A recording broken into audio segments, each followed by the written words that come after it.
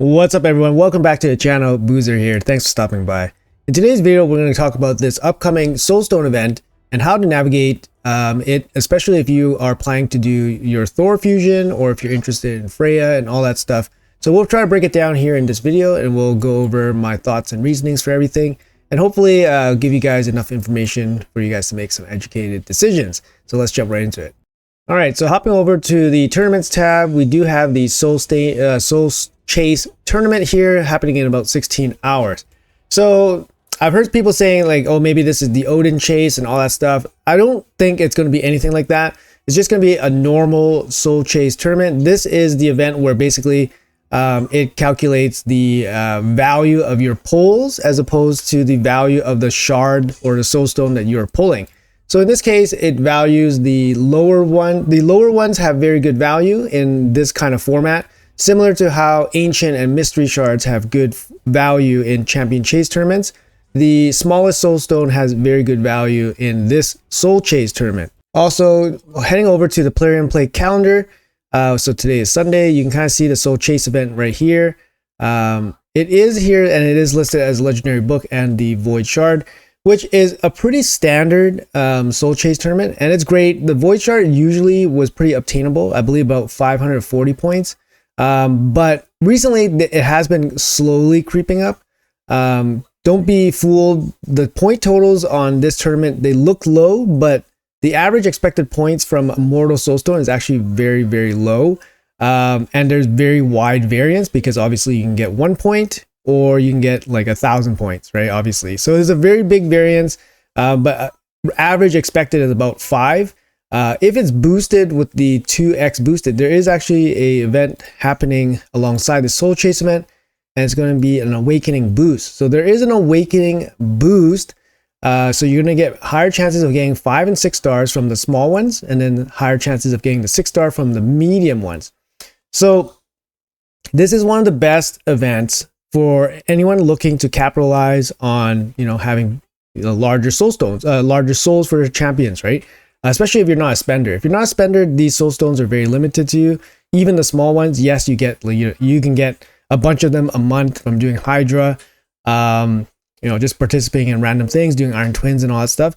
But it's seemingly not enough. It's very difficult to build high level awakened champions. So for example, I can show you guys like my roster, for example.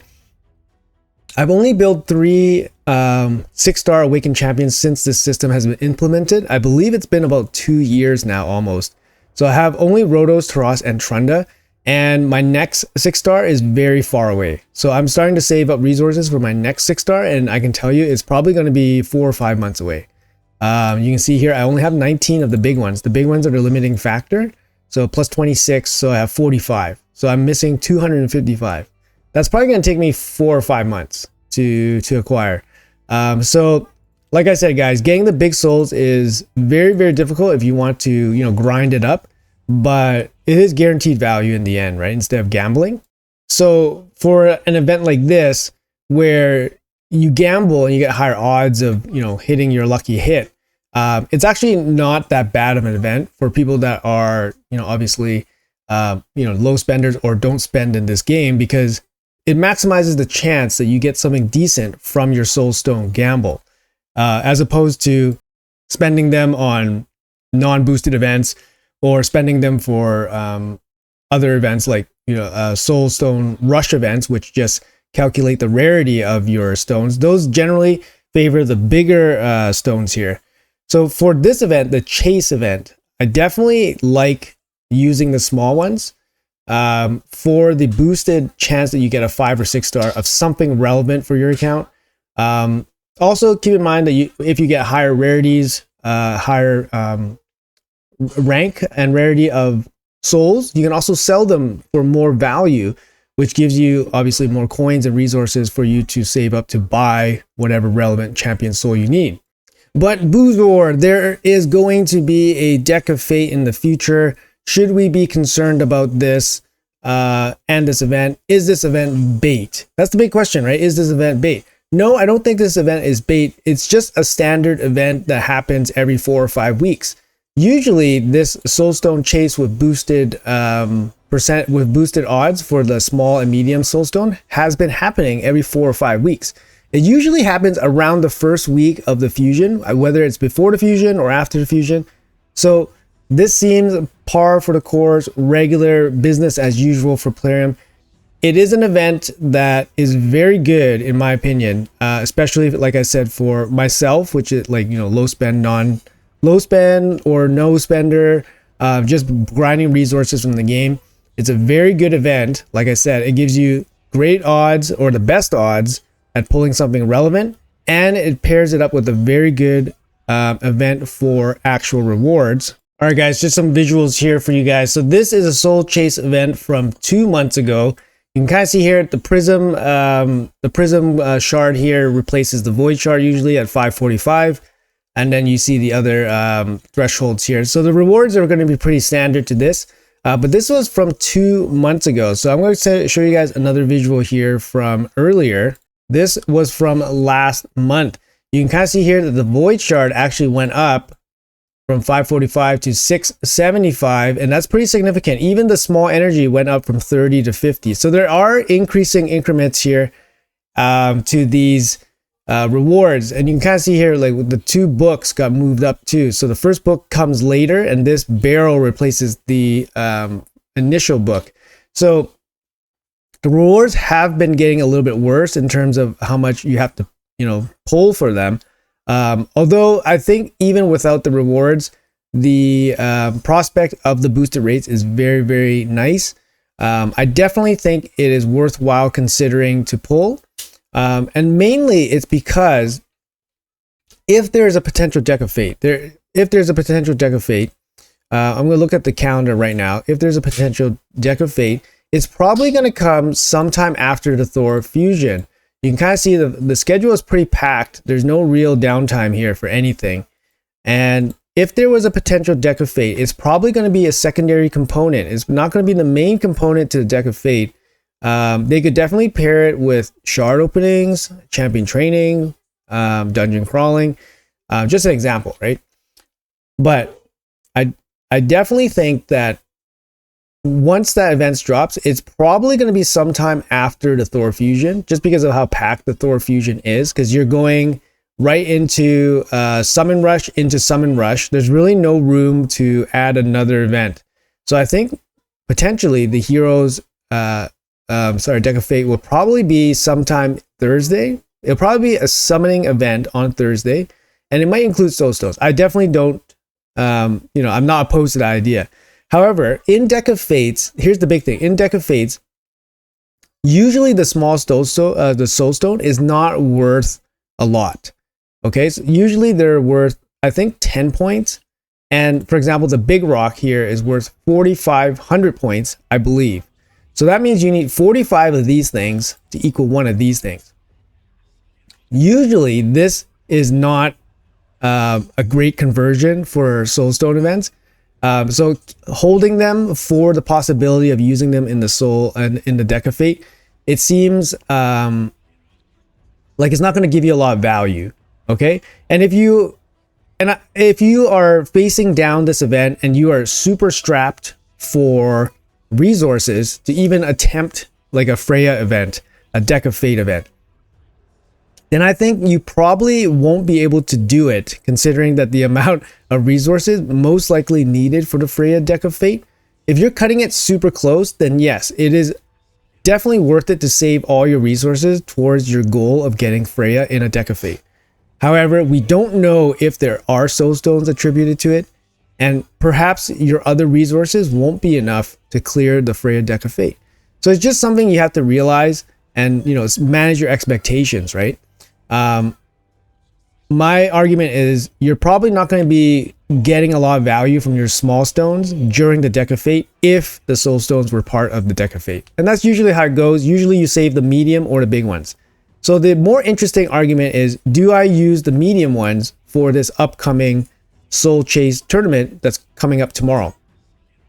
Usually I don't. Usually I save these medium ones for the higher value events, like the deck of fate event, for example.